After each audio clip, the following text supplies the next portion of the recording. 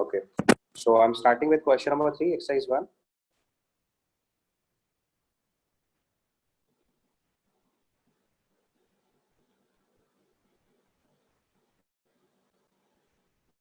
So in question number 3, it's given that zero order reaction half-life of the initial concentration.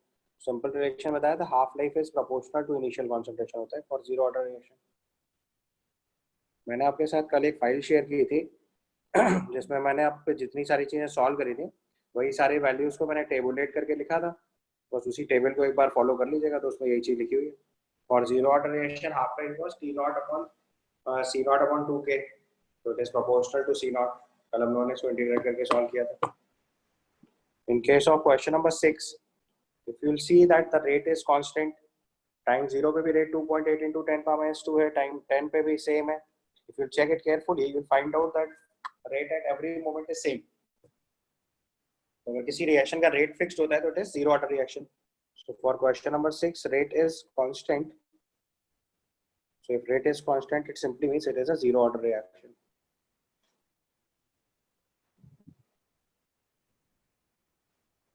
Then question number 8. Question number 8 के लिए देखो मैं RNS equation सिखाया था मैंने आपको. k is equal to a e raised power minus a by rt. उसमें तीन अलग अलग रेट कांस्टेंट दिए हुए हैं. सो आई right k1 equal to a1 e raised power minus a1 by rt. k2 की वैल्यू लिखेंगे a2 e raised power minus a2 by rt. और k3 की जगह लिखेंगे a3 e raised power minus a3 by rt. These are the three values. Question में आपको given है कि k is k1 k3 by k2. तो अगर मैं इन तीनों एक्सप्रेशंस को अप्लाई करूं तो हमारा रिलेशन आएगा k equal to a1 a3 by a2 into e raised power minus a1 plus a3 minus a2 by rt. और इस एक्सप्रेशन को फर्स्ट इक्वेशन से कंपेयर करोगे तो जो एक्टिवेशन एनर्जी आएगी that is a1 plus a3 minus a2.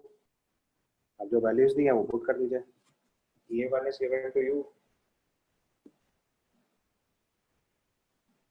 40 plus 20 minus 30.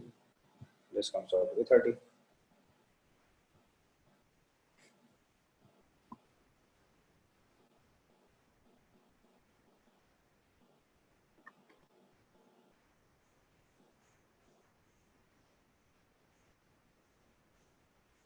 Then you ask question number 7. So for 7th question given which plot gives you the value of activation energy. और हम लोगों ने solve किया था log of k is equal to log of a minus ea upon 2.303 rt सिखाया था.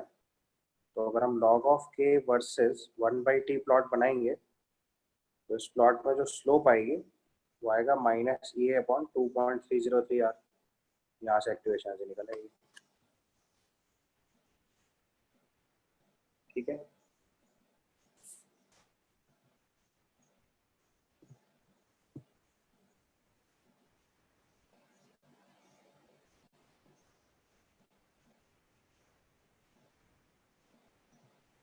इसके बाद क्वेश्चन नंबर 9 देखेंगे.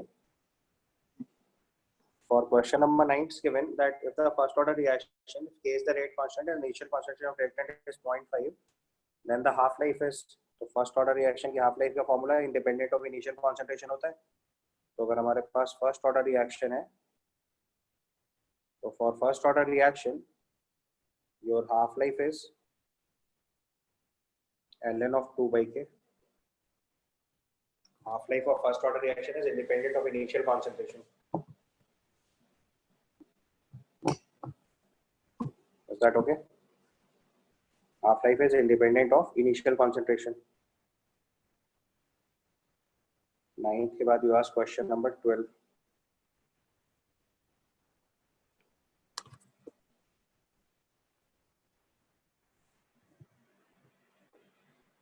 Question number 12 is here for a first order reaction half life is 18 hours. What percentage of reactant will remain after 24 hours? तो देखो अगर हमें first order reaction का हाफ लाइफ दे रखा है 18 आवर्स तो यहाँ से हम लोग फॉर्मूला लगा सकते हैं 0.693 बाई के इज एक्चुअली टी हाफ. यहाँ से k की वैल्यू आ जाएगी 0.693 बाई 18. अब आपको फर्स्ट ऑर्डर का इक्वेशन सिखाया था k equal to 2.303/t log of c nought upon c। k की जगह पुट करेंगे 0.693/t half which is 18। Time हमारा कंज्यूम हुआ है 24 आवर्स और आपको कॉन्सेंट्रेशन दिखानी है तो log of c nought by c लिखेंगे। इसको सिंप्लीफाई करोगे तो this comes out to be log of c nought by c equal to 0.4 और 0.4 के लिए आपको लिखा हुआ है which is same as log of 2.5।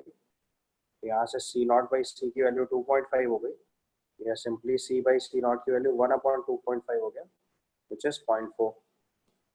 c is the concentration left, c naught is the concentration present initially। तो उसने आपसे क्वेश्चन में पूछा है what percentage of reactant will remain after 24 hours। so remain after 24 hours is c, so fraction is 0.4 तो percentage will be 40%। आपको यहाँ से परसेंटेज रिपोर्ट करना है तो आएगा c by c naught into 100 which is same as 40%।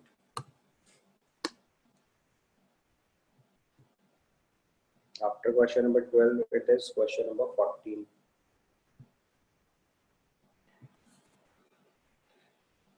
Fourteen question में अगर आप ध्यान से देखो इन 14 questions given when pressure is 80 bar 80 kilo pascal तो हाफ लाइफ है 350 seconds. When pressure is 40 kilo pascal half life becomes 175 second. तो अब यहाँ से देखो प्रेशर अगर हमने हाफ किया है हाफ लाइफ भी हाफ हो गई है, इसका मतलब T half proportional to concentration हो गई इनिशियल कॉन्सेंट्रेशन। तो this is valid for zero order reaction. तो जीरो ऑर्डर रिएक्शन की हाफ लाइफ जो इनिशियल कॉन्सेंट्रेशन की प्रोपोर्शन होती है। कॉन्सेंट्रेशन हाफ कर रहे हैं तो हाफ लाइफ भी हाफ हो जा रही है, इसका मतलब कॉन्सेंट्रेशन और हाफ लाइफ डायरेक्ट प्रोपोर्शन है, direct proportion to zero order reaction. After 14 that is 15th question।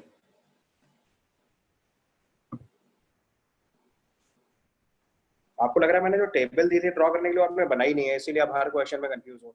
मैंने आपको बोला था उसको अपने नोट्स के जस्ट बाद नोट डाउन कर लेना है क्योंकि जो चीज मैंने आपको सॉल्व करके लिखी थी वो आपको सम अप करके याद करनी है, अगर वो नहीं याद रहेगी तो आप हर क्वेश्चन में परेशान हो।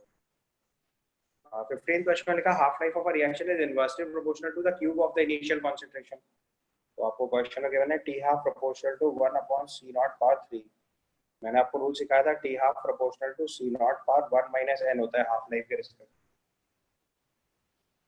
अगर nth ऑर्डर रिएक्शन है T half is proportional to c0/1 - n।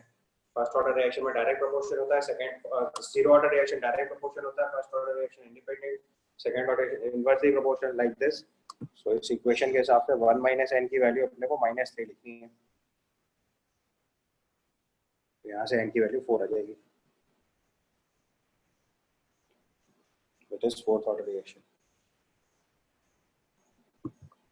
After 15 you ask question number 16। 16 question में देखो हमें दे रखा है 2A gives product।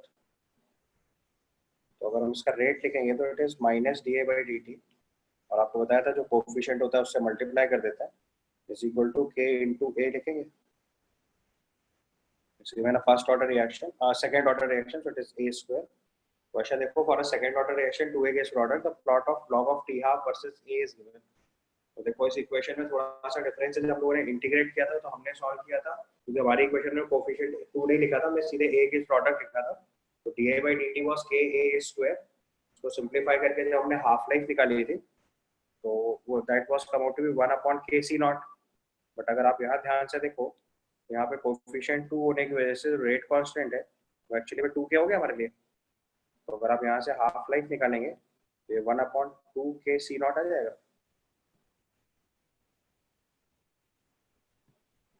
और फिर अगर लॉग अप्लाई कर देंगे तो log of T half is equal to log of 1/2k minus log of c0 आ जाएगा। तो log of T half against log of c0 का प्लॉट बनाएंगे तो इंटरसेप्ट कितना आ जाएगा 1/2k।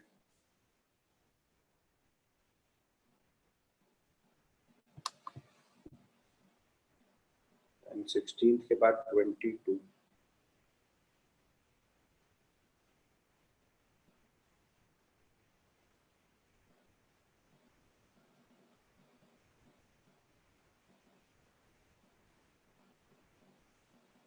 सेकंड क्वेश्चन में it's given that we have a reaction A gaseous, A2 gaseous gives B gaseous plus half C gaseous. तो इस question में उसने बोला है इनिशियल प्रेशर 100 mm मरकरी है, तो अगर रिएक्शन होगी तो ये 100 माइनस पी, पी और p/2 हो जाएगा। अभी टोटल प्रेशर लिखेंगे तो 100 प्लस p/2 हो जाएगा, ये 120 गिवन है। यहाँ से p की वैल्यू 40 आ जाएगी। तो जो प्रेशर ऑफ A2 है वो 100 mm मरकरी से चेंज होके 60 mm मरकरी हो गया इन 5 मिनट्स। तो रेट ऑफ डिसअपियरेंस ऑफ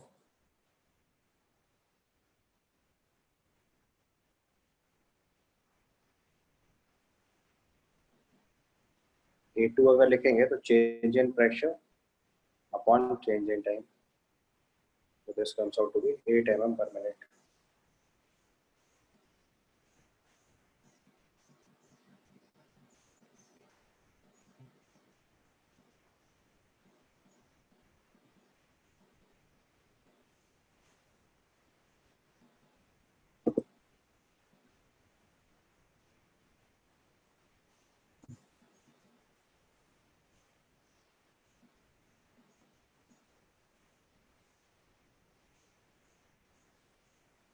ठीक है, okay. Then you ask question number 23. 23rd question में लिखा milk turns sour in 40 degree Celsius 3 times faster at 0 degree Celsius.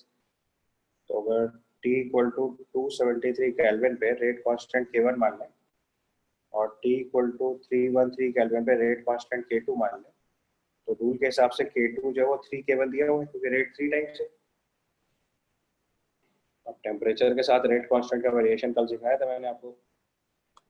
log of K1 by K2 is equal to minus EA upon 2.303 R into 1 upon T1 minus 1 upon T2।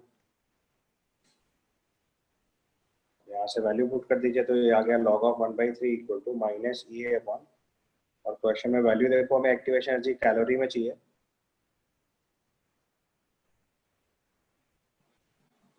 Calorie में चाहिए तो R की value भी calorie में put करेंगे। उसको simplify कर दीजिए सीधे, यहाँ से एक्टिवेशन एनर्जी की वैल्यू आ जाएगी 2.303 into 2 into log 3 into 273 into 313 upon 40।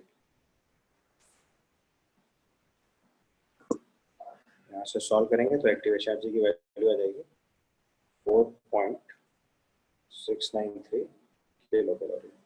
ये रिजल्ट कैलोरी में है, तो आपने 1000 से ऑर्डर कर दीजिएगा।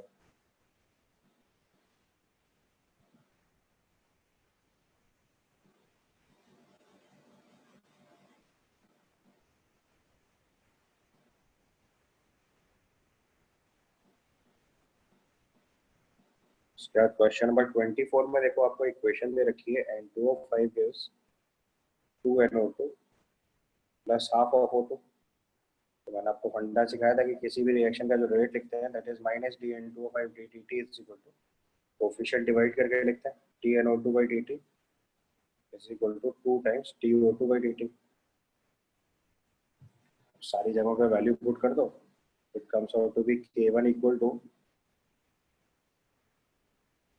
K2 by 2 equal to 2K3।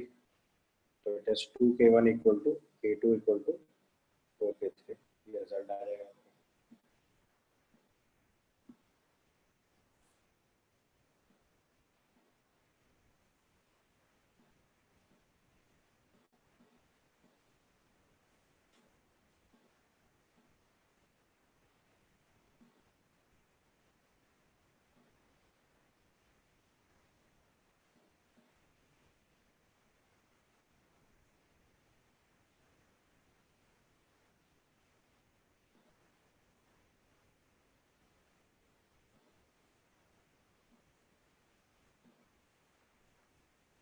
Question number 11 देखिए, आप ऐसे कोई पूछ रहा है तो 11 भी बता देता हूँ। देखो 11th क्वेश्चन में अपने पास इक्वेशन लिखी है A plus B gives C plus D plus 38 kilo calorie. तो इससे आपको डेल्टा एच रिएक्शन पता चल गया -38 किलो कैलोरी, और activation energy of forward reaction minus activation of backward energy आपको डेल्टा एच बताया था। फॉरवर्ड रिएक्शन का डेल्टा एच दे रखा है अपने को 20 कैलोरी, बैकवर्ड रिएक्शन आपको निकालना है और डेल्टा एच है -38, एक्टिवेशन जो बैकवर्ड रिएक्शन जो है 58 किलो कैलोरी आ जाएगा।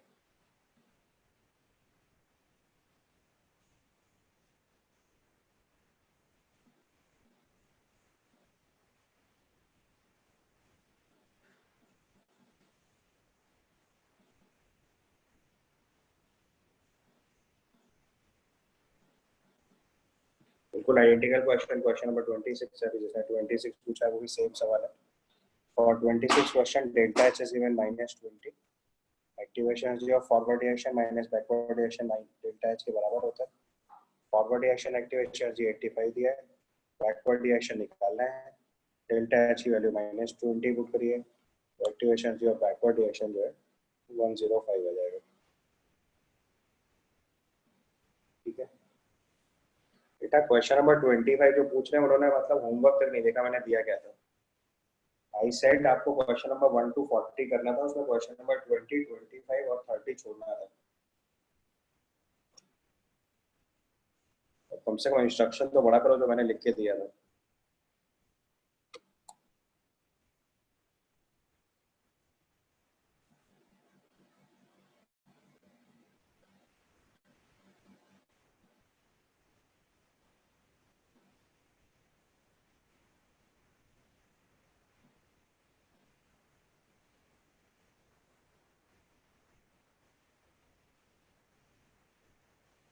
उसके बाद क्वेश्चन नंबर 26 के बाद the next question we have to discuss is 30 भी बोला था आपको नहीं करने के लिए, 33 अभी करना है next question.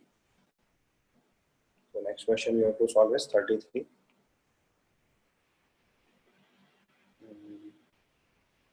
33rd question is given. The first order reaction half-life completed in 45 minutes. How long does it need to 99.9% of the completion of the reaction? अच्छा 27 भी बताना है क्या? तो बेटा एक बार में नंबर लिखो, ऐसे बार बार बीच में नंबर लिखोगे तो हम कहाँ तक याद रखेंगे। Question number 27 it's given. आपके पास एक रिएक्शन है जिसमें एक का रेट कांस्टेंट के और एक का रेट कांस्टेंट k2 है। तो बोला है 50% ऑफ बी के लिए कंप्लीट होने में हाफ लाइफ लगेगा और 75% ऑफ ए कंज्यूम होने का मतलब 2 हाफ लाइफ हो जाएगी। ठीक है, तो इसकी हाफ लाइफ जो है वो 0.693 बाय k2 है और इसके लिए हाफ लाइफ लिखेंगे तो ये 0.693 बाई k1 है। क्वेश्चन के हिसाब से जितने टाइम में ए की 2 हाफ लाइफ लग रही है उतनी देर में बी की एक हाफ लाइफ अप्लाई हो रही है, मतलब 0.693 बाई k2 की वैल्यू 2 टाइम्स 0.693 बाई k1 है। यहाँ से सिंप्लीफाई करोगे तो k1 बाई k2 की वैल्यू 2 आ जाएगी। 29 में पूछा है specific rate constant of a first order reaction depends on temperature. Specific rate constant is rate constant. ये जो है वो केवल टेम्परेचर डिपेंड करता है ना, डिपेंड्स ऑन टेम्परेचर। इसका ऑर्डर ऑफ रिएक्शन से कोई लेना देना नहीं, कोई भी ऑर्डर की रिएक्शन होगी rate constant depends on temperature.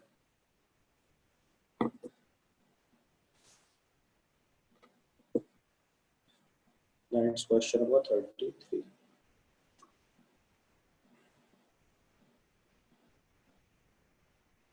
33। में लिखा है first order reaction first order reaction is completed in 45 minutes.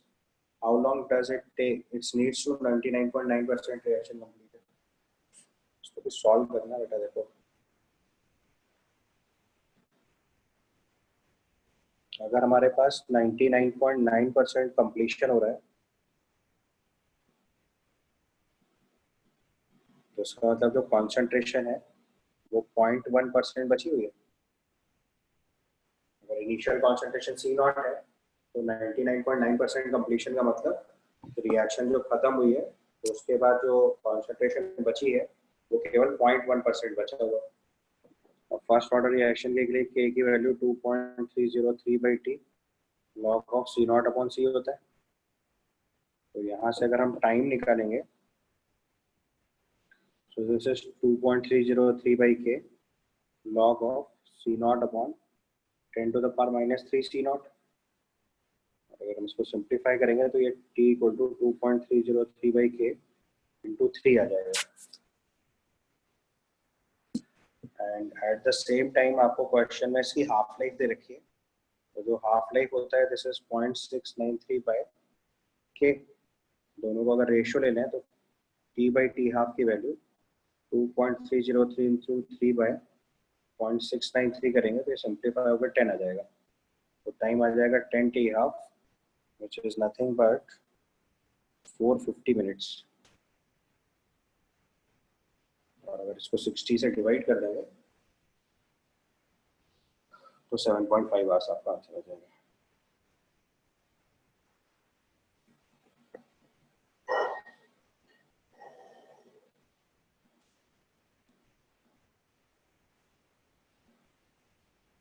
After question number 33, last one is 39.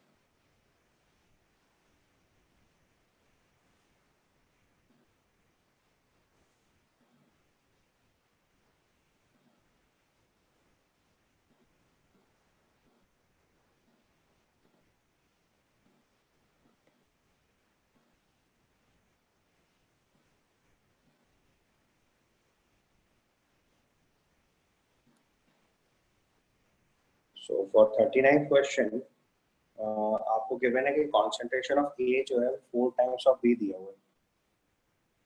Concentration of ए जो है वो 4 टाइम्स ऑफ बी गिवन है, ठीक है। Half life of A is 5 minute and that of B is 15 minutes. तो अगर हमने start किया कि लेट्स से ए की कॉन्सेंट्रेशन x है तो बी की कॉन्सेंट्रेशन अपने आप 4x हो जाएगी। उसकी कॉन्सेंट्रेशन अगर x ले रहे हैं तो उसकी 4x ले रहे हैं। half life for these are given as 5 minutes and 15 minutes। तो उसका मतलब 5 मिनट बाद उसकी कॉन्सेंट्रेशन आधी हो जाएगी 2x, फिर अगले 5 मिनट बाद फिर से कॉन्सेंट्रेशन आधी हो जाएगी x, और फिर एक और 5 मिनट बाद इसकी भी आधी हो जाएगी x/2। जबकि इसकी हाफ लाइफ डायरेक्टली 15 मिनट्स है तो ये x से सीधे x/2 15 मिनट बाद हो जाएगा। तो सी यहाँ पे भी 15 मिनट का टाइम स्पेंड हुआ है, यहाँ पे भी 15 मिनट टाइम स्पेंड हुआ है, और दोनों की कॉन्सेंट्रेशन सेम हो गई है। तो जो हमारा टाइम हो जाएगा वो 15 मिनट आ जाएगा। आपसे क्वेश्चन पूछा गया है कि कितने टाइम बाद कॉन्सेंट्रेशन ऑफ ए और बी सेम हो जाएगी, so that is given to you is 15 minutes।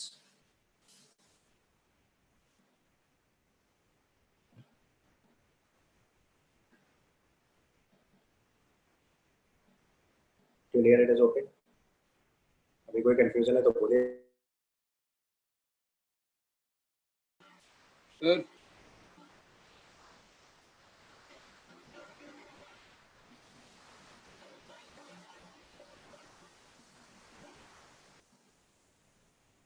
Okay, so next concept जो हमें स्टडी करना है, 39 क्वेश्चन में फॉर्मूला लगाना है तो फॉर्मूला भी लगा लो, उसमें क्या हो तो कैलकुलेशन बढ़ जाएगी बस। By observation it can be solve quickly, otherwise it requires lots of time. आपको उसमें निकालना पड़ेगा कि 15 मिनट बाद, क्योंकि एक जनरल टाइम टी मानोगे दो एक्सप्रेशन बनेंगे लॉग में, उन्हें सिंपलीफाई करना नेसेसरी टेक्निकल हो जाएगा। जबकि हमें पता है कि फर्स्ट ऑर्डर रिएक्शन में खास बात यही है कि हाफ लाइफ जो है इंडिपेंडेंट ऑफ इनिशियल कॉन्सेंट्रेशन है, सो it is never a trouble, simply half करते चले जाओ, चेक कर लो। ऑब्जर्वेशन से सवाल करना आसान है, अदरवाइज मैथमेटिकली भी कर ही सकता है, कोई दिक्कत नहीं।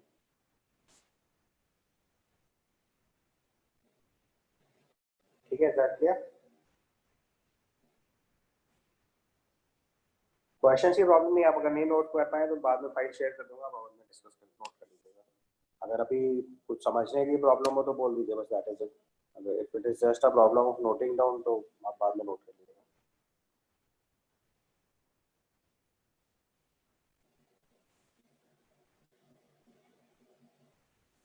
क्वेश्चन तो सब क्लियर है ना? क्वेश्चन में कोई डाउट हो तो बताइए, नहीं तो फिर हम लोग आगे कंटिन्यू करें। तो देखो, मैंने लास्ट क्लास में आपको first order, second order, zero order, nth order सब जनरलाइज्ड सॉल्यूशन सिखाए थे, और उनको टेबुलेट करके मैंने सारी प्रॉपर्टीज आपको एक साथ अरेंज करके दी थी। वो टेबल आपके लिए बहुत इंपॉर्टेंट है, because with that table you will decide कि कौन से ऑर्डर की रिएक्शन है। बिल्कुल वैसे ही जैसे मैंने सॉल्यूशंस में आपको ideal solution non ideal solution की प्रॉपर्टीज को टेबुलेट किया था, वैसे ही काइनेटिक्स में टेबल बहुत इंपॉर्टेंट है। तो उसमें आपको याद रखना है कि जो टेबल में डेटा लिखा है उसमें से किसी एक इन्फॉर्मेशन से हम ऑर्डर ऑफ द रिएक्शन निकालेंगे और फिर उसकी प्रॉपर्टी से क्वेश्चन सॉल्व करेंगे। लाइक किसी रिएक्शन में अगर रेट लॉ एक्सप्रेशन दिया तो उससे प्रेडिक्ट करेंगे कौन से ऑर्डर की रिएक्शन है। अगर रेट लॉ नहीं गिवन है तो यूनिट ऑफ के से प्रेडिक्ट हो जाएगा कौन से ऑर्डर की रिएक्शन है। अगर वो नहीं गिवन है तो हाफ लाइफ की proportionality with the initial concentration से बदल जाएगा कौन से ऑर्डर की रिएक्शन है। या फिर हाफ लाइफ की अगर वैल्यू गिवन होगी तो भी हमें order of the reaction predict करते बनेगा। सो इसमें मेनली जो यूनिट ऑफ के है बहुत इंपॉर्टेंट फीचर होता है, और हाफ लाइफ की इनिशियल कॉन्सेंट्रेशन के साथ जो प्रोपोर्शनलिटी होती है वो बहुत इंपॉर्टेंट फीचर होता है। तो अगर इन दो पॉइंट्स को हम लोग ध्यान रखेंगे तो आप बहुत आसानी से प्रेडिक्ट कर लोगे टाइप ऑफ रिएक्शन। ठीक है, दैट ओके। अभी फिर से नेक्स्ट आइटम लिखना है अपने को फर्स्ट ऑर्डर रिएक्शन, क्योंकि मेजरली जो हमें डिस्कस करना है आज के लिए वो फर्स्ट ऑर्डर रिएक्शन है। So let me start today again with first order reaction, क्योंकि हमारे कोर्स में जो डिटेल्ड वर्जन है वो फर्स्ट ऑर्डर रिएक्शन का ही है, क्योंकि बाकी ऑर्डर रिएक्शन के लिए जितनी इंफॉर्मेशन हमें जाननी थी वो हमने ऑलरेडी डिस्कस करी हुई है। So we are dealing with first order reaction. तो देखो फर्स्ट ऑर्डर रिएक्शन में दो खास बातें हैं। सबसे पहली चीज तो जो फर्स्ट ऑर्डर रिएक्शन में वो ये है जिसकी हाफ लाइफ जो है वो इंडिपेंडेंट ऑफ इनिशियल कॉन्सेंट्रेशन होती है।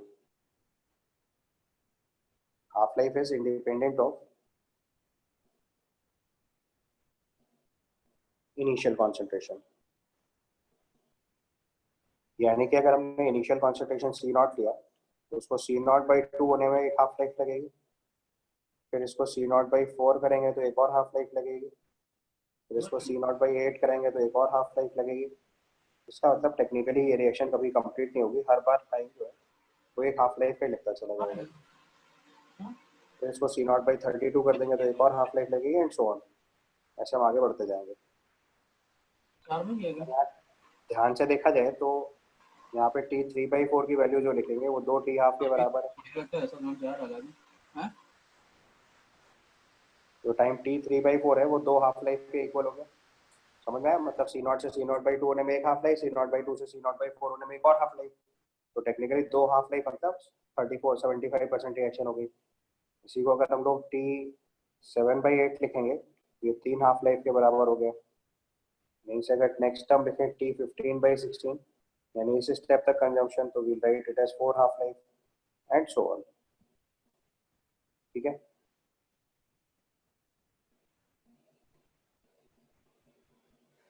यहाँ पे चाहे तो एक और रिजल्ट याद रखा जा सकता है। 99.9% कंप्लीशन अभी हम लोगों ने थोड़ी देर पहले सॉल्व किया था, तो 99.9% कंप्लीशन के लिए आपको 10 हाफ लाइफ लगेगी।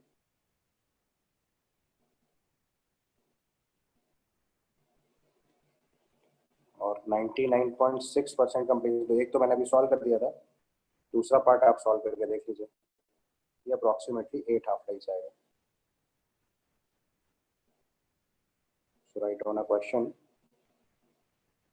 पहला वाला पार्ट तो भी हम लोगों ने क्वेश्चन के फॉर्म में सॉल्व किया था। 99% हाफ लाइफ अभी सॉल्व किया करके दिखाया था मैंने। दिस वन ये देखिए 99.9% कंप्लीशन में देखो टाइम जो आ रहा था दैट वाज 10 हाफ लाइफ। ये तो भी प्रूफ किया हमने 1 मिनट पहले। अब आपको 99.6% वाला प्रूफ करना है। तो आप क्वेश्चन लिख लीजिए वहाँ पे।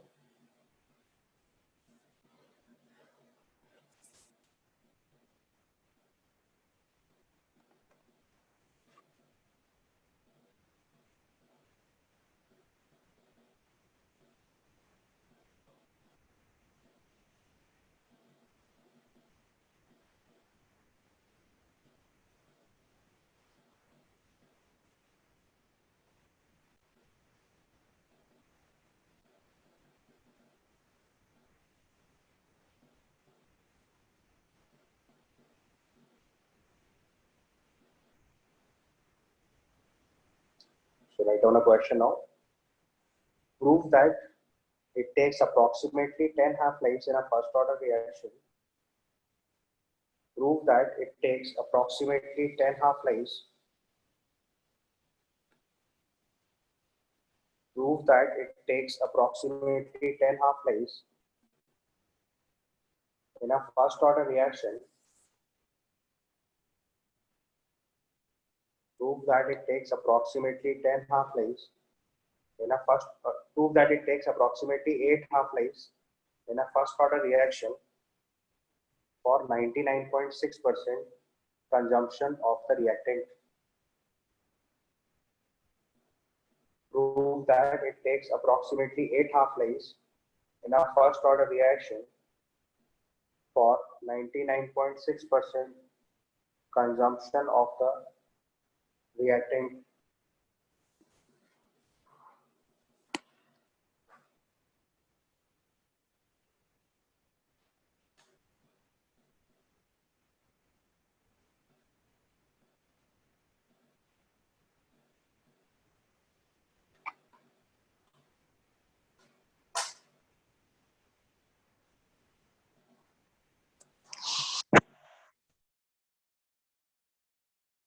ठीक है, if you want to solve the question, हम लोग इसको इस वाले पार्ट से सॉल्व कर सकते हैं.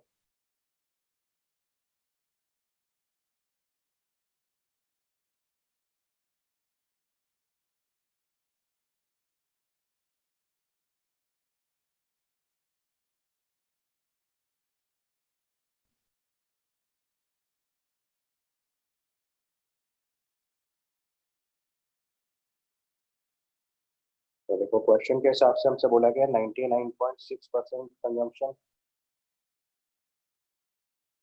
तो इसका मतलब जो फाइनल कॉन्सेंट्रेशन सी बचेगा वो 0.4% सी नॉट हो जाएगा, which is same as 0.4 by 100 times C not. अब अगर मैं इसी रिजल्ट को यहाँ पे यूज कर दूँ सीधे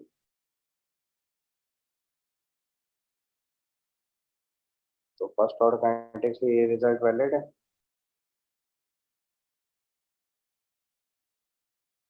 And this becomes 4 into 10 power minus 3 C naught. This becomes 3 minus 2 log 2.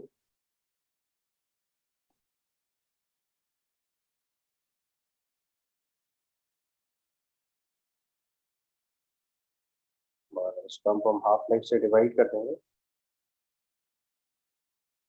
तो आपका T आ जाएगा 2.303 by K into 3 minus 2 log 2 is 0.6 divided by 0.693 by K.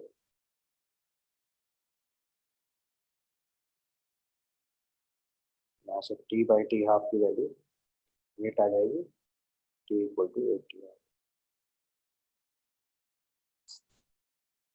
यहाँ से देख लो अगर कोई कंफ्यूजन है तो बताइए. तो स्टैंडर्ड रिजल्ट्स है जो फर्स्ट ऑर्डर काइनेटिक्स में डायरेक्ट याद रखते हैं, लाइक 75% वैल्यू होने में 2 हाफ लाइफ, 99.86% में 8 हाफ लाइफ, 99.9% में 10 half life and so on. Otherwise हम इसे सॉल्व भी कर सकते हैं. बेटा 4 is 2 log 2.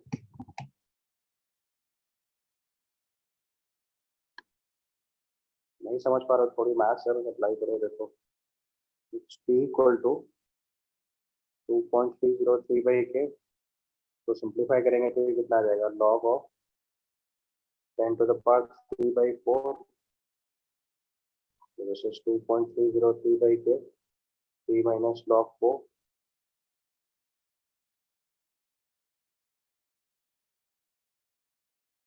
So 2.303 by K. 3 minus 2 log 2. Maths है बेटा, सॉल्व करके देखो.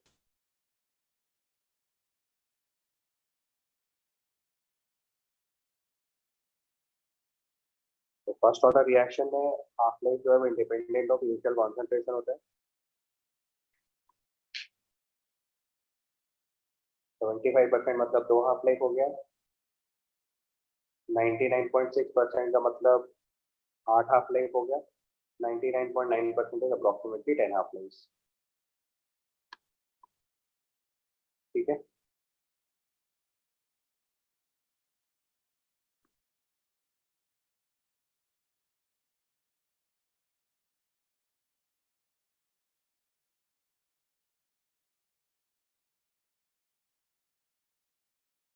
ये एक प्रॉपर्टी है जो फर्स्ट ऑर्डर काइनेटिक्स से इंपॉर्टेंट है। दूसरी प्रॉपर्टी देखो फर्स्ट ऑर्डर काइनेटिक्स में क्या इंपॉर्टेंट है।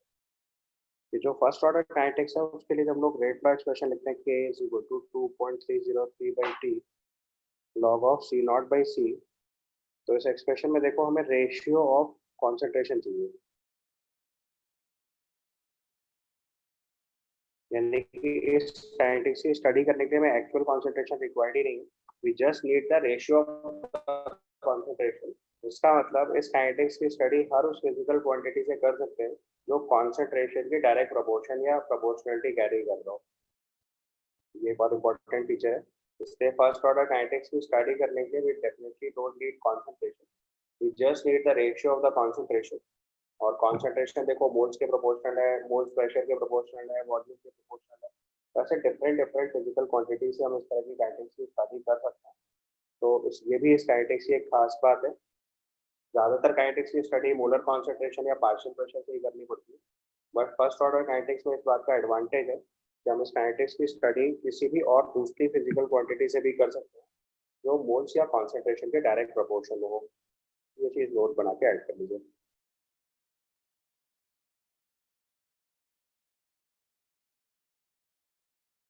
So write down study of a first order kinetics is possible. Study of a first order kinetics is possible. Study of a first order kinetics is possible with all those physical quantities. Study of a first order kinetics is possible with all those physical quantities.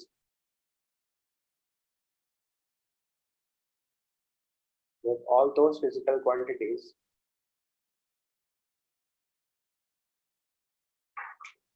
which are directly proportional to concentration, which are directly proportional to concentration or moles. क्योंकि जो concentration proportion आएगा वो moles का proportion अपने आप आ जाएगा। तो इस कॉन्सेंट्रेशन मोल्स पर लीटर, तो वॉल्यूम तो कांस्टेंट ही है, तो मोल्स अपॉन वॉल्यूम करेंगे तो automatically concentration proportional two moles proportionality से मैच कर जाएगी। तो अब इस चैप्टर में जो आगे का पोर्शन है वो यही है कि हम फर्स्ट ऑर्डर काइनेटिक्स को अलग अलग डिफरेंट डिफरेंट फिजिकल क्वांटिटी से कैसे स्टडी कर सकते हैं। दो ज्यादा टर्म्स को हम लिखेंगे। Sir, please show the last slide. Last slide ही तो है ये, सॉल्विंग वाली बोल रहा हूँ। अच्छा ये वाली Yes, sir. तो मैंने आपको पॉइंट बताया कि फर्स्ट ऑर्डर काइनेटिक्स में k equal to 2.303/t log of c nought by c है।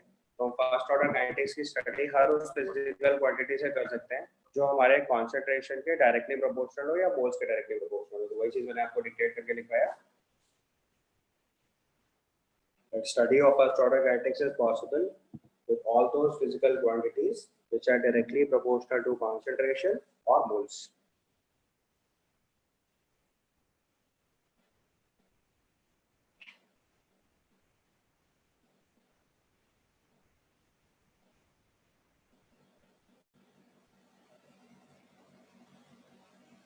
Okay, sir. तो आप देखो इस चैप्टर में जो आगे की स्टडी है वो यही है कि हम डिफरेंट डिफरेंट फिजिकल क्वांटिटीज को बार बार यूज करेंगे स्टडी करने के लिए। तो लेट अस स्टार्ट विद सबसे पहले प्रॉपर्टी से हम लोग लिख रहे हैं। सबसे पहले लिखेंगे study of first order kinetics with moles. आप जानते हो कॉन्सेंट्रेशन मोल्स पर लीटर होता है, मोल्स अपॉन वॉल्यूम लिख रहे हैं, तो अगर हमने वॉल्यूम फिक्स किया हुआ है तो कॉन्सेंट्रेशन प्रोपोर्शनल टू मोल आ जाएगा। तो अगर हमारे पास कोई एक रिएक्शन है ए इज प्रोडक्ट, इसके initial mole T equal to 0 पे लेट से ए गिवन है, टी इक्वल टू टी पे लिखेंगे तो ये a माइनस एक्स बचेगा। तो हमारा first order kinetics k equal to 2.303/t log of c nought by c होता है। c नॉट और c के बारे में आपको पहले ही बता चुका हूँ। c नॉट जो है वो इनिशियल कॉन्सेंट्रेशन होती है और c जो है वो कॉन्सेंट्रेशन आफ्टर टाइम t होती है। तो ये वो कॉन्सेंट्रेशन नहीं है जो कंज्यूम हुई है, वो कॉन्सेंट्रेशन है जो अभी बची हुई है। तो इसका मतलब हम अगर c नॉट लिखना चाहेंगे तो it is 2.303/t log of a by v लिखेंगे तो ये इनिशियल कॉन्सेंट्रेशन हो गया, a minus x by v लिखेंगे तो ये फाइनल कॉन्सेंट्रेशन हो गया, तो देखो यहाँ से वॉल्यूम टर्म कैंसिल हो जाएगा, so it is 2.303/t log of a upon a minus X आ जाएगा।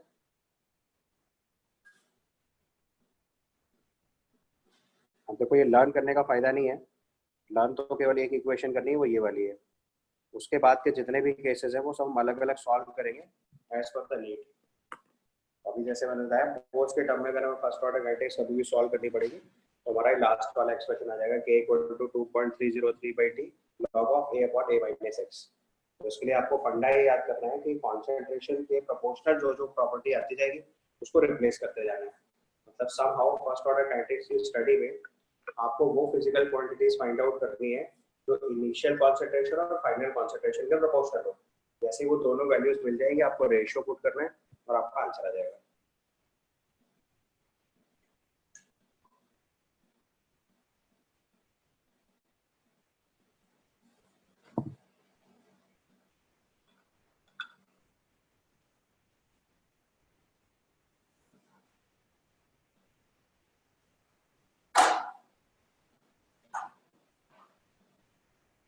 ठीक है,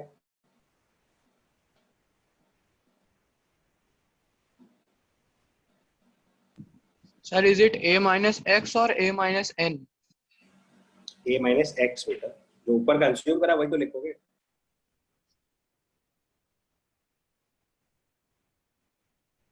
यहाँ पे जो मोल्स कंज्यूम करो, अगर एक्स एन कंज्यूम करो तो एन लिख लो, उससे क्या फर्क, तो वेरिएबल है। एक्स मोल्स कंज्यूम हुआ तो a माइनस एक्स। आप जो ऊपर एक्स यहाँ पे कंज्यूम कर रहे हो वही एक्स नीचे लिखना है।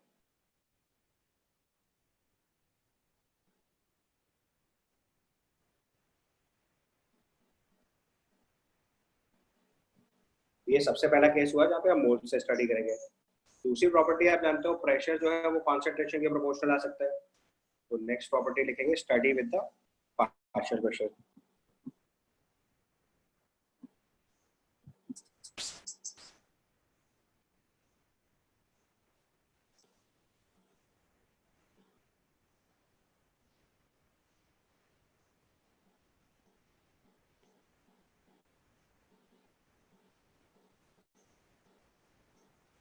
तो लेटेस्ट से हमारे पास एक इक्वेशन है a gives 2b plus c। t equal to 0 पे आपको इसका प्रेशर p नॉट पता है। t इक्वल टू t पे प्रेशर में p नॉट में से कुछ p कम हुआ तो ये 2p और p फॉर्म होगा। बट आपको पता है किसी भी केमिकल रिएक्शन की स्टडी करते टाइम जो हम प्रेशर मेजर कर पाएंगे वो ऐसे इंडिविजुअल प्रेशर नहीं मेजर कर पाएंगे। हम जो मेजर करेंगे वो क्या होगा, वो प्रेशर होगा जो एक्चुअली वो वेसल के अंदर प्रेजेंट होगा। तो at time t if total pressure is pt let's say, ठीक है, तो हमारी क्वेश्चन के इंफॉर्मेशन के हिसाब से pt की वैल्यू जो हो जाएगी वो हो जाएगी p नॉट प्लस 2p, या फिर हम यहाँ से अगर स्मॉल p की वैल्यू निकालेंगे तो pt minus p nought by 2 आ जाएगा। हमें क्वेश्चन के इंफॉर्मेशन के हिसाब से दो वैल्यू चाहिए, एक p नॉट और एक p नॉट माइनस p। यानी अगर काइनेटिक्स की स्टडी के हिसाब से लिखें तो 2.303/t log of p not upon p not minus p रखना है। But small p is the variable for the question, तो हमें स्मॉल p की वैल्यू को pt minus p not by 2 से रिप्लेस कर देना है। तो k की वैल्यू आ जाएगी 2.303/t log of 2p not upon 3p not minus pt।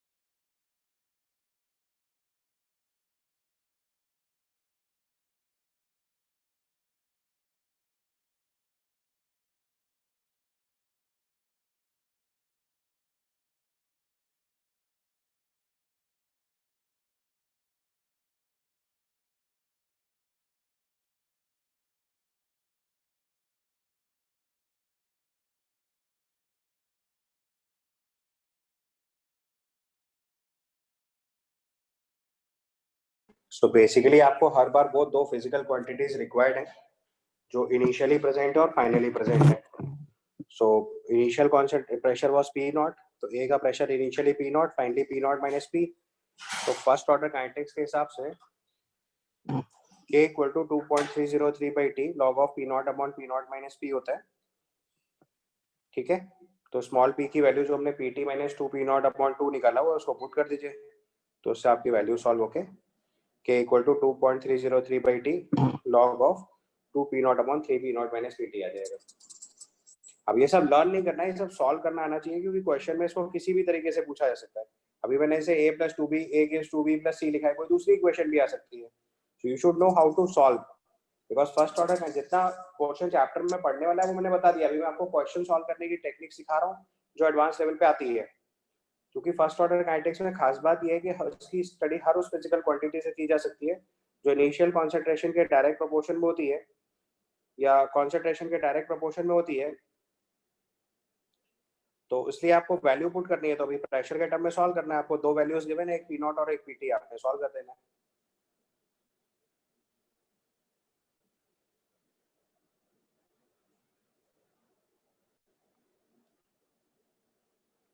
बेटा क्वेश्चन में जो इन्फॉर्मेशन दी होगी उससे सवाल सॉल्व करना है. अगर आपको क्वेश्चन में मोल्स दिए तो मोल्स से सॉल्व करना पड़ेगा, पार्शियल प्रेशर दिया तो पार्शियल प्रेशर से सॉल्व करना पड़ेगा, वॉल्यूम दिया है तो वॉल्यूम से सॉल्व करना पड़ेगा. जो इन्फॉर्मेशन क्वेश्चन में गिवन होगी आपको उससे सॉल्व करना है. फर्स्ट ऑर्डर काइनेटिक्स में खास बात बस इतनी सी है कि आपको फिजिकल क्वांटिटीज जो दी हुई है उन्हीं से सॉल्व करना है. अब इसमें एडवांटेज मैंने आपको बता दिया कि इसमें हर वो फिजिकल क्वांटिटी काम करेगी जो मोल्स या कॉन्सेंट्रेशन के डायरेक्ट प्रोपोर्शन हो. ठीक है, तो ये तो पहले जनरल केस हो गया. इसके बाद अगला केस लिखेंगे.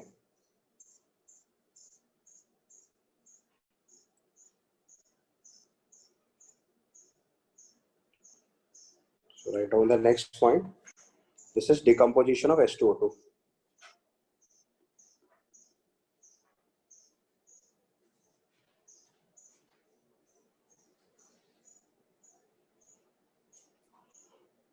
Next हम लिखिए decomposition of H2O2.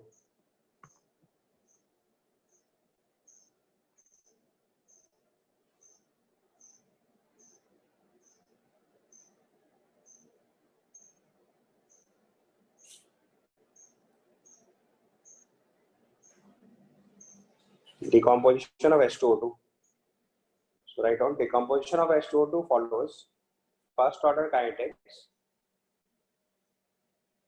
Decomposition of H2O2 follows first order kinetics. Decomposition of first order kinetics.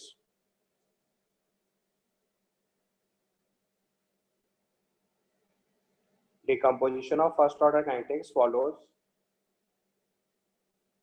Decomposition of H2O2 follows first order kinetics. Decomposition of H2O2 follows first order kinetics, and study of such kinetics is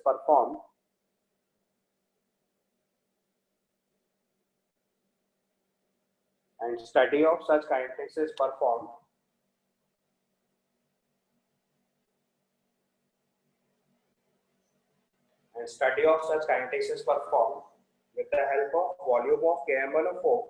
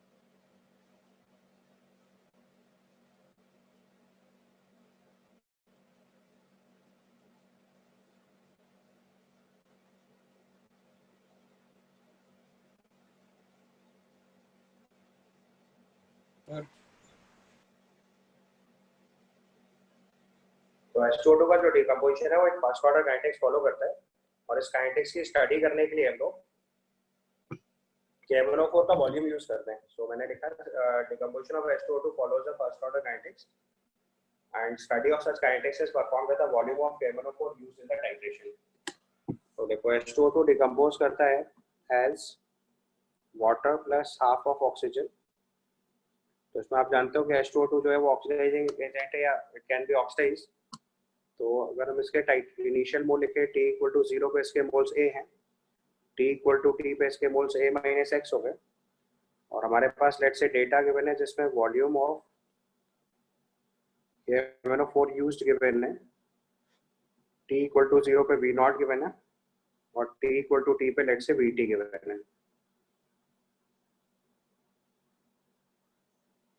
ठीक है, तो मैंने आपको लिखा है decomposition of H2O2 follows the first order kinetics, एक point, and study of such kinetics is performed with the help of volume of the KMnO4 used in the titration.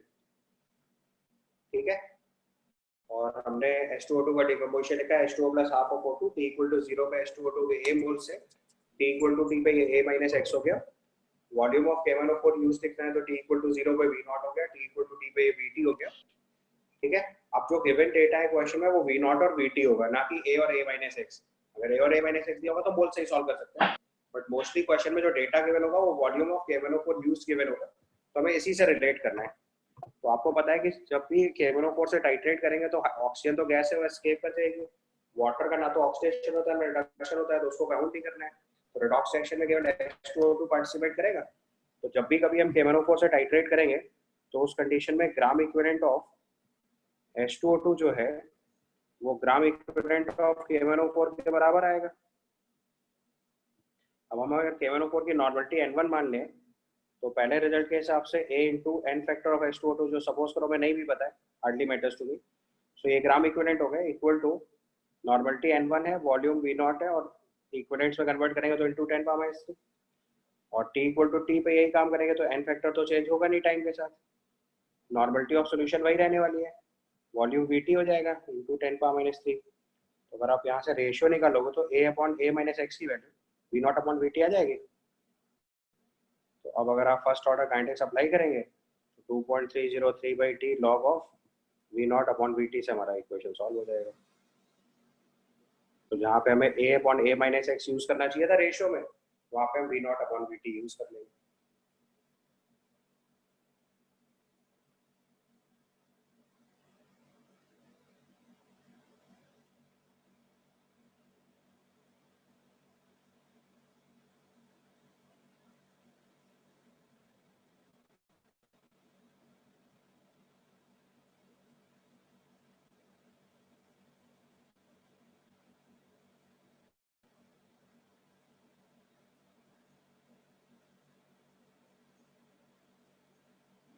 Sir हाँ बेटा. सर एक बार एक ग्राम इक्विवेलेंट वाला दोबारा पढ़ा समझा दीजिए. ग्राम इक्विवेलेंट का मतलब जहाँ पे भी टाइट्रेशन कंप्लीट होगा वहाँ पे दोनों के ग्राम इक्विवेलेंट्स इक्वल होंगे. तो H2O2 के जितने ग्राम इक्विवेलेंट है वो KMnO4 के बराबर होंगे. तो ग्राम इक्विवेलेंट कैसे लिखते हैं, moles into N factor. Moles H2O2 का A है, एन फैक्टर कुछ भी होगा नहीं मालूम, वैसे तो एन फैक्टर 2 होता है, अगर आपको मालूम होता है. नहीं मालूम है तो भी कोई फर्क नहीं पड़ता क्योंकि हमें तो प्रोपोर्शनलिटी चाहिए.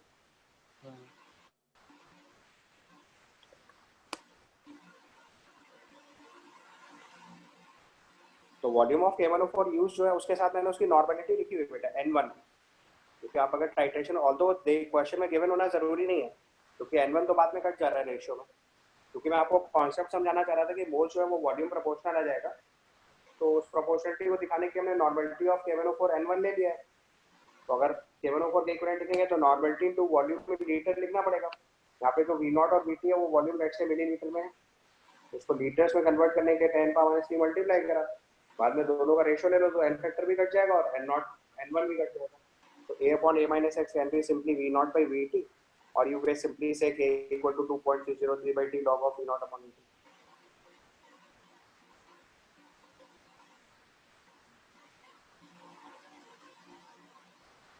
ठीक है, till here it is okay. Yes. N1 is the normality of KMnO4 जो क्वेश्चन में नॉर्मली नहीं गिवन होगा. क्वेश्चन में केवल आपको दो चीजें गिवन होंगी कि हमने एक H2O2 का सैंपल लिया. मैं जितनी चीजें सिखा रहा हूँ ये सब टाइप ऑफ क्वेश्चंस हैं, कॉन्सेप्ट के फॉर्म में इसलिए सिखा रहा हूँ क्योंकि एडवांस लेवल पे इस तरीके के क्वेश्चंस आते हैं. So all these are set of problems, मतलब जो चीज मैं सॉल्व कर रहा हूँ वो एक क्वेश्चन है बेसिकली. जैसे मैंने सबसे पहले बोल्स के टर्म में सॉल्व करा, अभी पार्शियल फ्रैक्शन के टर्म में सॉल्व करा, अभी H2O2 का डिकम्पोजिशन सॉल्व करा। These all are different type of questions जो थ्योरी के फॉर्म में भी पूछे जा सकते हैं या क्वेश्चन के फॉर्म में भी पूछे जा सकते हैं। तो थ्योरी के फॉर्म में डायरेक्ट एक्सप्रेशन लिखना होगा k = 2.303/t log of v0/vt, और क्वेश्चंस के टर्म में अगर यही चीज आएगी तो ये दोनों वैल्यूज गिवन होंगे जिन्हें पुट करके हमें क्वेश्चन सॉल्व करना होगा। ठीक है, क्लियर यहां तक? यस। अगला टर्म लिखेंगे हम लोग hydrolysis of Easter in presence of acid catalyst. Hydrolysis of Easter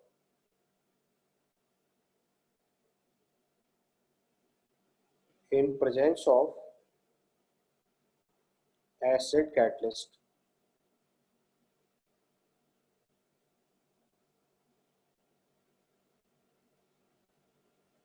Hydrolysis of ester in presence of acid catalyst।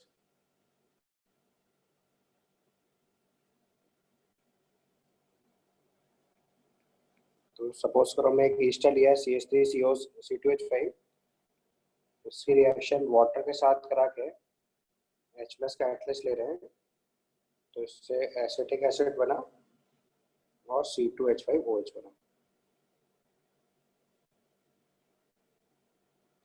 तो अगर इस रिएक्शन का रेट लिखा जाए तो it comes out to be K into active mass of H+ into CH3COO C2H5 into water. अब water चूंकि normally solvent होता है तो किसी भी हाइड्रोलिसिस रिएक्शन में उसको लार्ज एक्सेस में लिया जाता है। So if you take water in large excess तो ईस्टर की हाइड्रोलिसिस में वाटर की अमाउंट में कोई बहुत मेजर चेंज होगा नहीं, या उसकी कॉन्सेंट्रेशन ऑलमोस्ट कांस्टेंट रहेगी। तो एक गिवन एक्सपेरिमेंट के केस में वाटर का एक्टिव मास चेंज ही नहीं होगा, सो यू मे से कि उससे रेट लॉ एक्सप्रेशन इंडिपेंडेंट हो जाएगा। तो पहले पॉइंट में आपको यही लिखना है।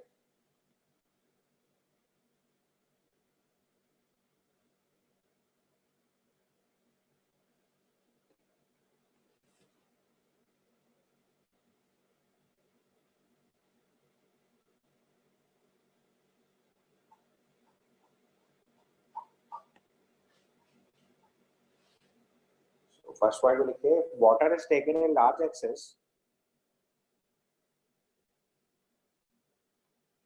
if water is taken in large excess,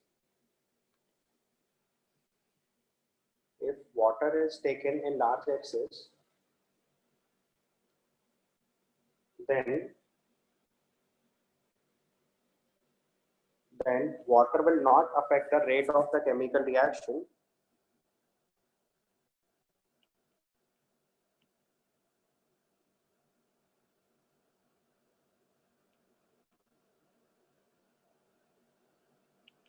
तो अगर हम वाटर लार्ज एक्सेस में ले लेंगे तो हमारा रेट आ जाएगा K into concentration of H+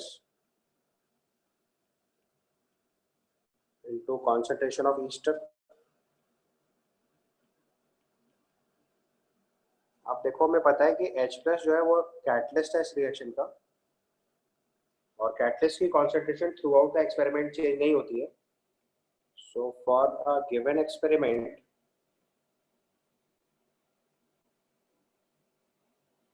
H+ concentration will be constant,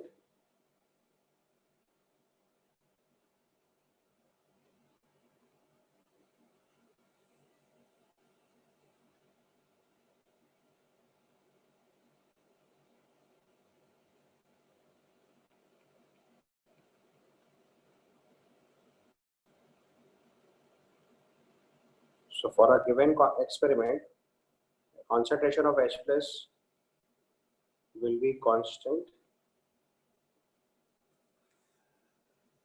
तो अगर ये कांस्टेंट वैल्यू होगी तो हम K into concentration of H+ को एक नया कांस्टेंट K डैश लिख सकते हैं। तो हमारा रेट जो है वो क्या दिखेगा, K dash into active mass of CH3CO C2H5। तो अब देखो ये एक फर्स्ट ऑर्डर रिएक्शन दिखने लगी, तो इसमें जो K डैश होता है इसको हम लोग बोलते हैं स्यूडो रेट कांस्टेंट,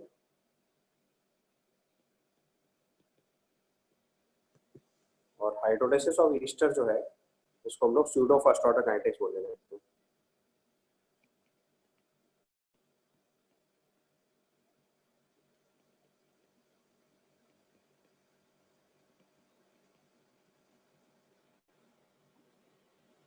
तो हाइड्रोलिसिस ऑफ ईस्टर में एक गिवन एक्सपेरिमेंट है, क्योंकि H+ concentration through out the experiment constant रहने वाली है, तो उस गिवन एक्सपेरिमेंट के लिए इसको फर्स्ट ऑर्डर काइनेटिक्स मान सकते हैं, या उस गिवन एक्सपेरिमेंट की एक फर्स्ट ऑर्डर काइनेटिक्स होगी, इसीलिए इसको टेक्निकल टर्म में सूडो फर्स्ट ऑर्डर काइनेटिक्स बोला जाता है। सूडो फर्स्ट ऑर्डर काइनेटिक्स इसलिए बोल रहे हैं क्योंकि जो k लिख रहे हैं हम लोग एक्सप्रेशन में वो रेट कांस्टेंट है, और k डैश जो है वो सूडो रेट कांस्टेंट है, क्योंकि k में H+ कॉन्सेंट्रेशन जब मल्टीप्लाई कर रहे हैं तब k डैश आ रहा है।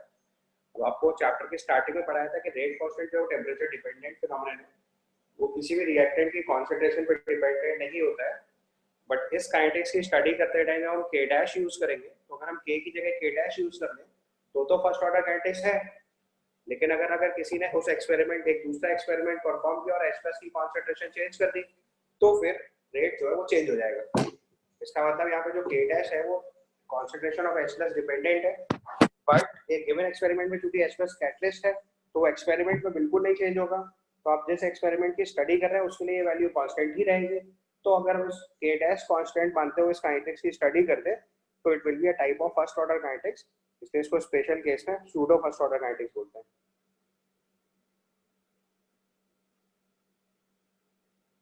हाँ, k डैश की वैल्यू निकालने के लिए आपको rate constant into H+ concentration करना होगा, बट अगर हमारे पास H+ कॉन्सेंट्रेशन हम throughout the experiment change ही नहीं कर रहे हैं, या जितने भी एक्सपेरिमेंट आप परफॉर्म कर रहे हो सब में H+ कॉन्सेंट्रेशन फिक्स दे रहे हो, तो हर केस में H+ से आपको इंडिपेंडेंट रिजल्ट मिलेगा।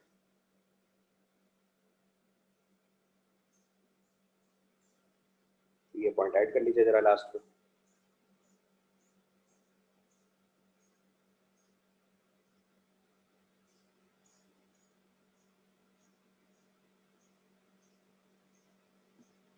तो लास्ट में पॉइंट ऐड कर लीजिए, for a given experiment for a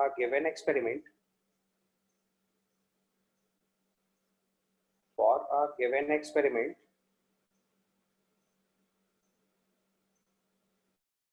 for a given experiment concentration of H+ is a constant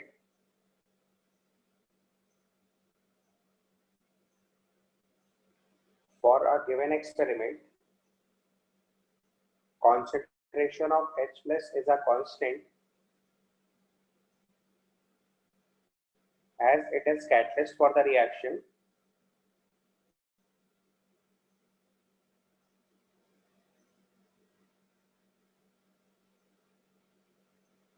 hence such reaction is first order reaction with respect to ester hence such reaction is first order reaction with respect to ester and referred as pseudo first order kinetics and referred as pseudo first order kinetics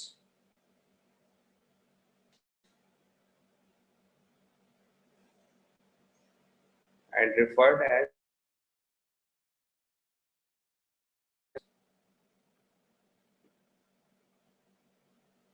I said for a given experiment concentration of H+ is constant as it is catalyst for the reaction hence it is first order with respect to ester and it is referred as pseudo first order kinetics and it is referred as pseudo first order kinetics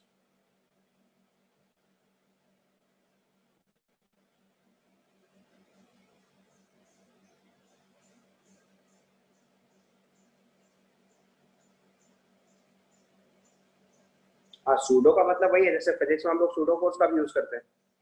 pseudo का मतलब एक ऐसी चीज है जो virtually अगर कोई ऐसे लिख के देते rate equal to k dash into CH3CO2H5 तो आप उसको देख के कैसे पहचानोगे? आपको तो फर्स्ट ऑर्डर रिएक्शन ही लगेगी ना, अनटिल आपको ये ना बताया जाए कि k डैश जो है वो k into H+, that's why it is pseudo first order reaction. अगर उसको हम k डैश की जगह k इनटू H+ लिख देंगे तो हमें सेकंड ऑर्डर रिएक्शन दिखने लगेगी।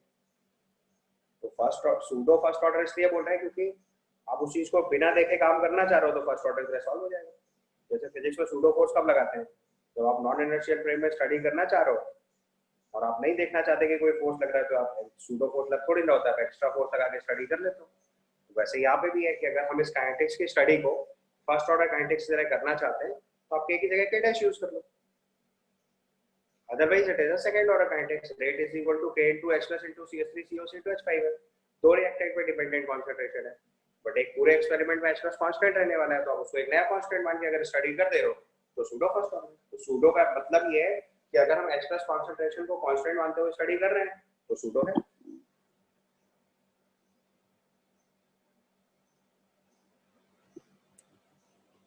यस, सो सूडो का मतलब यहाँ पे ये है कि वो काइनेटिक्स फर्स्ट ऑर्डर है नहीं, बट उसको हम फर्स्ट ऑर्डर की तरह स्टडी कर पा रहे हैं क्योंकि एक्सपेरिमेंट में h plus कांस्टेंट है। ये एडवांटेज है उसका, that's why it is pseudo. First order तब होता है जब केवल एक ही पावर वन आती। अगर हम रेट देखेंगे तो rate law expression is k into h plus into CH3CO C2H5। आपको मैंने कॉन्सेप्ट सिखाया था कि ऑर्डर ऑफ द रिएक्शन का मतलब होता है sum of the powers of the active masses of all the reactants. तो यहाँ पे अगर सम ऑफ द पावर्स करोगे तो आपको ऑर्डर 2 दिखेगा, बट एक गिवन एक्सपेरिमेंट के अंदर चूंकि कॉन्सेंट्रेशन फिक्स्ड है तो आप एक टर्म से स्टडी कर सकते हो। ठीक है भाई, ओके। चलो अब देखो इस काइनेटिक्स की स्टडी करने के लिए हम लोग वॉल्यूम ऑफ NaOH यूज करते हैं टाइट्रेशन में। So write down this point.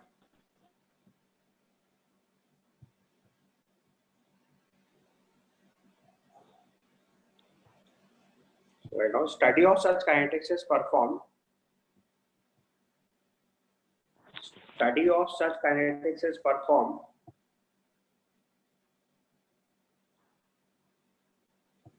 Study of such kinetics is performed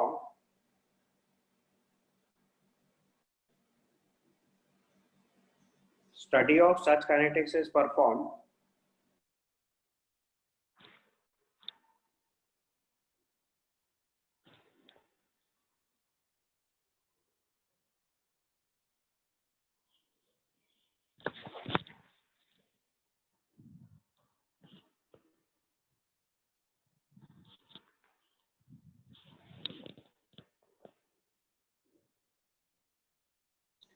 Study of such kinetics is performed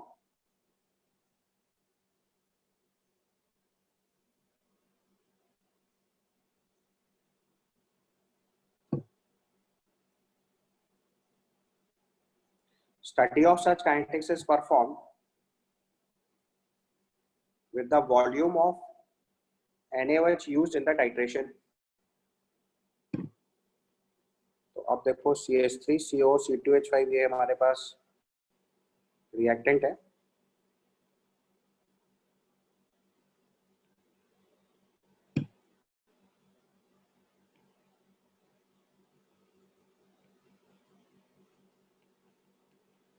इसकी हमने हाइड्रोलिसिस कराई with the H plus catalyst, तो ये CH3COOH बनेगा और C2H5OH बन रहा है। T इक्वल टू 0 पे इसके A मोल्स मान लिए जाएं। T इक्वल टू T पे A माइनस x और x बना, और T टेंड्स टू इन्फिनिटी पे ये 0, ये A और ये हो गया। तो हम इस काइनेटिक्स की जो स्टडी है वो करते हैं वॉल्यूम ऑफ NaOH यूज से। तो अगर हमने माना वॉल्यूम ऑफ NaOH यूज लिख रहे हैं हम लोग, T इक्वल टू 0 पे V0, T equal to T पे Vt और T टेंड्स टू इन्फिनिटी पे V इन्फिनिटी। ठीक है, तो देखो जब T इक्वल टू 0 पे NaOH कंज्यूम हो रहा है तो it is actually consuming the concentration of catalyst, क्योंकि ईस्टर तो एसिडिक होता नहीं है। यहाँ पे हमारे पास दो एसिडिक सब्सटेंसेस हैं, अगर आप ध्यान से नोटिस करो, एक तो ये H प्लस एसिडिक और ये एसिडिक एसिड एसिडिक है। तो अगर हम NaOH से टाइट्रेट करेंगे तो NaOH इज बेस, तो it will react with the acids and we have only two acids, एक H प्लस और एक acidic acid. Is that clear? हमारे पास दो एसिड्स हैं, एक H प्लस और एक एसिडिक एसिड। तो अगर H प्लस और एसिटिक एसिड को टाइट्रेट करना है तो जब T इक्वल टू 0 तो एसिटिक एसिड का अमाउंट कितना है? 0। स्टार्टिंग में ये दोनों 0 है। तो जो वॉल्यूम ऑफ V0 यूज हो रहा है NaOH का, वो एक्चुअली में किसके लिए यूज हो रहा है? H प्लस कैटलिस्ट के लिए।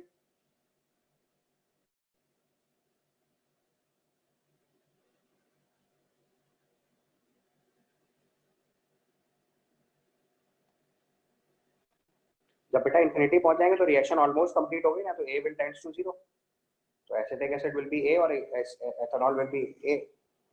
अब देखो जब हमने इसको टाइट्रेट करना शुरू किया तो जो वी नॉट वॉल्यूम है वो कैटलिस्ट एच प्लस के लिए यूज हो रहा है, तो अब जो वी है वो किसके लिए यूज हो रहा है, catalyst plus X moles of acetic acid. तो उसका मतलब जो एक्स की वैल्यू आएगी वो proportional to V T minus V naught आ जाएगी। पहले ये पॉइंट समझ में आ रहा है आपको? देखिए we T is the volume of NaOH used for the titration of acetic acid and H+। अब उसमें से H+ वाला वॉल्यूम सब्ट्रैक्ट कर दो तो आपको एग्जैक्टली पता चल जाएगा कि एसिटिक एसिड के कितना चाहिए, ठीक है। और जब आप इन्फिनिटी पे पहुंचेंगे तो A moles of acetic acid है, तो उसको टाइट्रेट करने के जो वॉल्यूम लग रहा है वो कितना है, V infinity minus V not, क्योंकि कैटलिस्ट तो through out the reaction constant है, तो कैटलिस्ट की अमाउंट तो फिक्स रहेगा, तो उसके लिए हर बार V नॉट अमाउंट में लगना है चाहे जिस स्टेप पे हम टाइट्रेशन करें। तो x proportional to Vt minus V nought और A proportional to V infinity minus V nought होगा, ठीक है यहाँ तक। अब एक्चुअल में हमें कैलकुलेशन के लिए A और A माइनस x चाहिए, तो A माइनस x जो है वो प्रोपोर्शनल टू आएगा V nought V infinity minus Vt। अब फर्स्ट ऑर्डर काइनेटिक्स के लिए आपको एक्सप्रेशन पता है, यहाँ पे हमें एक्सप्रेशन लिखने के लिए k equal to 2.303/t log of a upon a minus x से सॉल्व करना था, बट क्वेश्चन में a और a माइनस x गिवन ही नहीं है, क्वेश्चन में गिवन है v nought v in t और v इन्फिनिटी, तो हमें ratio of a upon a minus x लिखना है, तो we may simply write as k equal to 2.303/t log of v infinity minus v naught upon v infinity minus vt।